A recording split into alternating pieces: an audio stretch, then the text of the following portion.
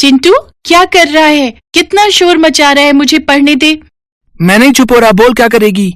इतना चिल्ला रहा है, सचमुच तेरी तो जुबान ही बंद हो जाए। मेरी जुबान बंद होगी तो मैं कहूँ तुझे कि तेरा मुंह बंद हो जाए? बच्चों, ऐसे नहीं बोलते, बुरी बात। तुम्हें पता है ऐसे अपशब्द बोलना कितना गलत होता है। हमारी जुबान पर माँ सरस्वती बैठी होती हैं, इसलिए हमें हमेशा तोल मोल कर बोलना चाहिए, क्योंकि हमारी जीवा पर कब माँ सरस्वती विराजमान हो जाएं और कब मुख से बोले कटु वचन सत्य हो जाएं और वो नकारात्मक बातें सच हो जाएं, कोई नहीं जानता। दादाजी, माँ सरस्वती जुबान पर कैसे और कब बैठती है? क्या अभी भी माँ सरस्वती हमारे मुंह पर बैठी है? चलो बच्चों, वहां पेड़ के नीचे बैठते हैं, मैं तुम दोनों को सब समझाऊंगा। देखो बच्चों, जैसा कि हम सभी जानते हैं, माता सरस्वती बुद्धि, ज्ञान और विवेक की देवी हैं। विद्या की देवी वीणा वादनी माँ सरस्वती ने ही सर्वप्रथम सृष्टि में स्वर भरे हैं। ऐसी मान्यता है कि माता सरस्वती से सर्वप्रथम सस्वर की उत्पत्ति हुई और इसी वजह से संसार के सभी नदी, नालों और पक्षियों को आवाज मिली। अब मनुष्य जो आज बोल पा रहे हैं वो सब माँ सरस्वती की कृपा से ही है। पुराणों में भी माँ सरस्वती को कमल पर बैठा दिखाया जाता है। कीचड़ में खिलने वाले कमल को कीचड़ स्पर्श नहीं कर पाता, इसीलिए कमल पर विराजमान माँ सरस्वती हमें यही संदेश देना चाहती है कि हमें चाहे कितने ही दूषित वातावरण में रहना पड़े, परंतु हमें खुद को इस तरह बनाकर रखना चाहिए कि बुराई हम पर अपना प्रभाव न डाल सके। सनातन धर्म में माँ सरस्वती को वाणी की देवी भी कहा गया है, इसलिए सदैव मीठी वाणी बोलनी चाहिए। हमें कभी भी कड़वी वाणी में बात नहीं करनी चाहिए। माँ सरस्वती कभी भी जीभ पर बैठी हो सकती हैं। जाने अनजाने बोली गई बात सच साबित हो जाती है, इसलिए किसी अपने या फिर पराये किसी के भी बारे में कभी ना तो बुरा बोलें और ना ही सोचें। माँ सरस्वती कब जिह्वा पर आ जाएं, कुछ कहा नहीं जा सकता। अब मैं तुम्हें बताता हूं कि माँ सरस्वती किस समय हमारे मुख पर विराजमान होती हैं। बच्चों, 24 घंटे में एक समय आता है जब प्रत्येक मनुष्य की जुबान पर माता सरस्वती स्वयं आसीन होती हैं। इस विषय में ऐसा कहा जाता है कि इस समय जो भी शब्द मनुष्य बोलता है वो सच हो जाते हैं। अब बात आती है कि किस समय माता सरस्वती हमारी जुबान पर आसीन होती हैं। बच्चों, धर्म पुराणों के अनुसार रात्रि के 3:10 से 3:15 के बीच 5 मिनट ये ऐसे होते हैं जब प्रत्येक मनुष्य की जुबान पर माता सरस्वती स्वयं विराजमान होती हैं। पर दादाजी, रात के उस समय तो हम सो रहे होते हैं। बच्चों, इस समय का असर प्रातः काल तक रहता है, इसलिए हमें सूर्य उदय से पहले और सूर्य उदय के बाद सुबह उठकर भी कभी भी बुरे शब्दों का प्रयोग नहीं करना चाहिए। हमें हर सुबह उठकर सबसे पहले ईश्वर और अपने बड़ों को नमस्कार करना चाहिए और उनका आशीर्वाद प्राप्त करना चाहिए। इसलिए यदि माँ सरस्वती से कुछ मांगना ही है तो हमें अपनी सर्वश्रेष्ठ इच्छा माँ सरस्वती से कहनी चाहिए। पापा जी, आपकी ये बातें मैं भी सुन रही थी। ये तो बहुत ही महत्वपूर्ण बात है जो सबको पता होनी चाहिए। मैं तो कई बार आधी रात में उठ जाती हूँ। सचमुच रात को 3:10 से 3:15 तक का वो 5 मिनट का समय बहुत अच्छा है, जब आप अपने जीवन को सर्वश्रेष्ठ बनाने के लिए माँ सरस्वती से कुछ मांग सकते हो। मैं तो माँ सरस्वती से बस अपने परिवार की सुख शांति की कामना करती हूँ। मेरा परिवार सदैव खुशहाल रहे। तुम्हारे पापा जी सही कह रहे हैं। ये बातें कोई कोरी कल्पना नहीं है, बल्कि प्रमाणित सत्य है। माँ सरस्वती का वास हमारी जुबान पर अवश्य होता है। उन 5 मिनट के बीचों बीच बोली गई कोई भी बात अवश्य सच सिद्ध होती है। 1 महीने तक लगातार इसी वक्त पर अपने मन की कामना बोलो तो माँ सरस्वती इच्छा अवश्य पूरी करती हैं। पर बच्चों, ध्यान रहे, माँ सरस्वती कभी भी बुराई का साथ नहीं देती हैं। वे सदैव अच्छाई का ही साथ देती हैं। जिनके मन में ईर्ष्या भावना और बदले की भावना नहीं होती, जो लोग सच्चे हृदय के होते हैं, माँ सरस्वती केवल उन्हीं की इच्छा पूरी करती हैं। जो सदैव दूसरों के लिए अच्छा सोचते हैं, उन पर माँ सरस्वती की कृपा सदैव रहती है।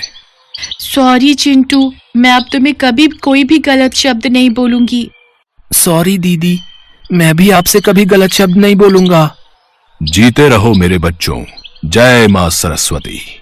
जय मां सरस्वती। जय मां सरस्वती। जय मां सरस्वती।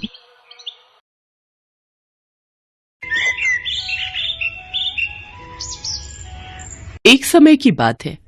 गोमती नाम की एक गरीब बूढ़ी औरत अपने बेटा बहू के साथ रहती थी। गोमती का बेटा सुरेश नेत्रहीन था। पहले वो मजदूरी करता था, पर एक बिल्डिंग में मजदूरी का काम करते हुए दुर्घटना में उसकी आंखों की रोशनी चली गई।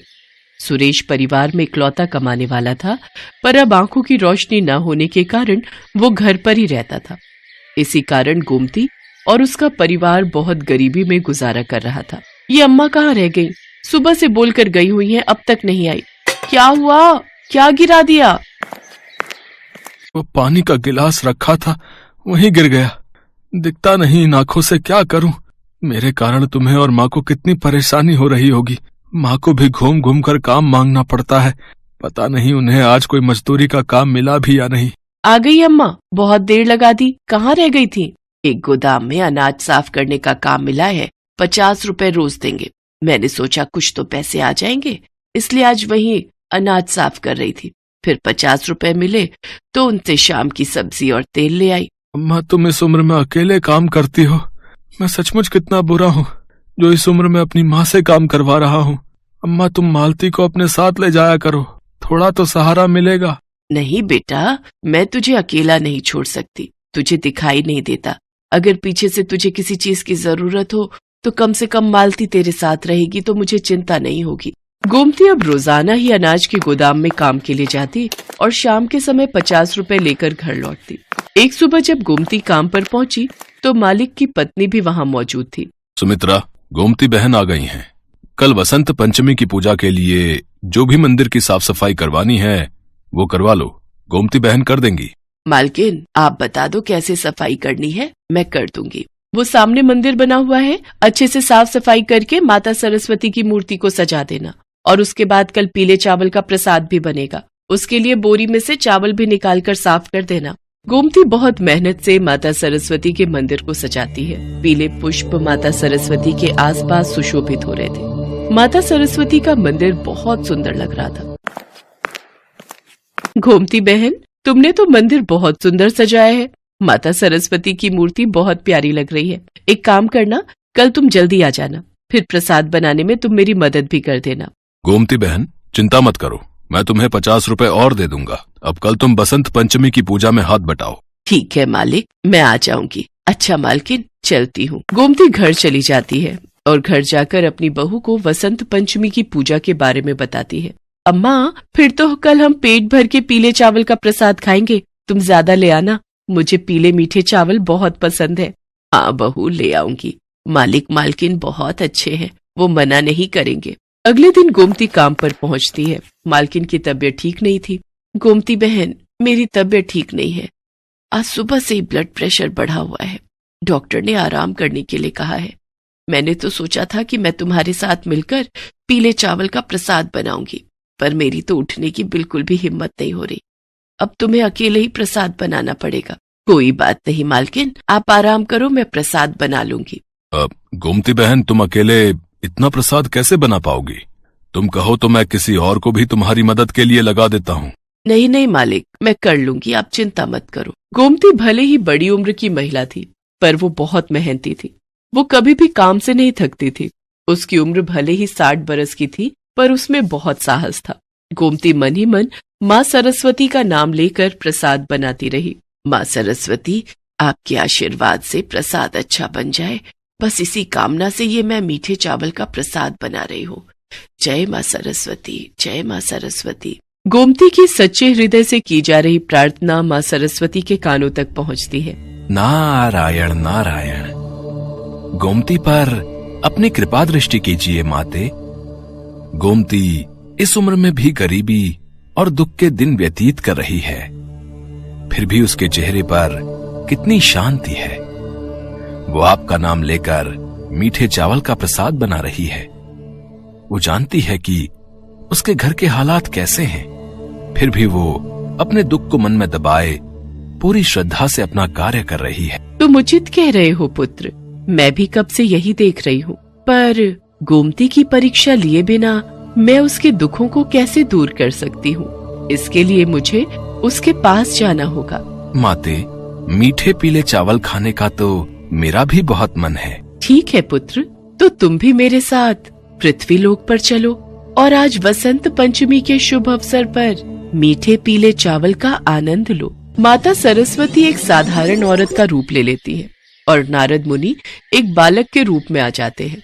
बसंत पंचमी की पूजा के बाद गोमती मीठे चावल का प्रसाद लेकर घर पहुंचती है। गोमती अपने बेटा बहू के साथ प्रसाद खाने के लिए बैठ जाती है। तभी देवी सरस्वती और नारद मुनि वहां पहुंचते हैं। बहुत जोरों की भूख लगी है, मेरा बेटा और मैं बहुत दिनों से भूखे हैं, कुछ खाने को दे दो। अम्मा, अभी तो खाने ही बैठे हैं, अभी ये मांगने के लिए आ गए। नहीं नहीं, मना कर देती हूँ, थोड़े से तो चावल हैं, हम क्या खाएंगे? नहीं नहीं बहू, आज बसंत पंचमी का दिन है और हमारे पास तो पीले चावल का प्रसाद है। ऐसे द्वार पर आए किसी भूखे को खाली हाथ लौटाना अच्छी बात नहीं है। एक काम करो, तुम और सुरेश चावल खा लो, मैं थोड़े से इन्हें दे देती हूँ। अम्मा, मैं भी थोड़े से ही खाऊंगा, तुम मेरे हिस्से के भी दे दो। बहू देखती है कि गोमती और सुरेश ने अपने अपने हिस्से में से थोड़े थोड़े चावल उन्हें देने के लिए निकाल दिए हैं, तो वो भी अपने हिस्से में से थोड़े से चावल निकाल देती है। अम्मा, अब तुम दोनों निकाल रहे हो तो भला मैं पूरे चावल कैसे खा सकती हूँ?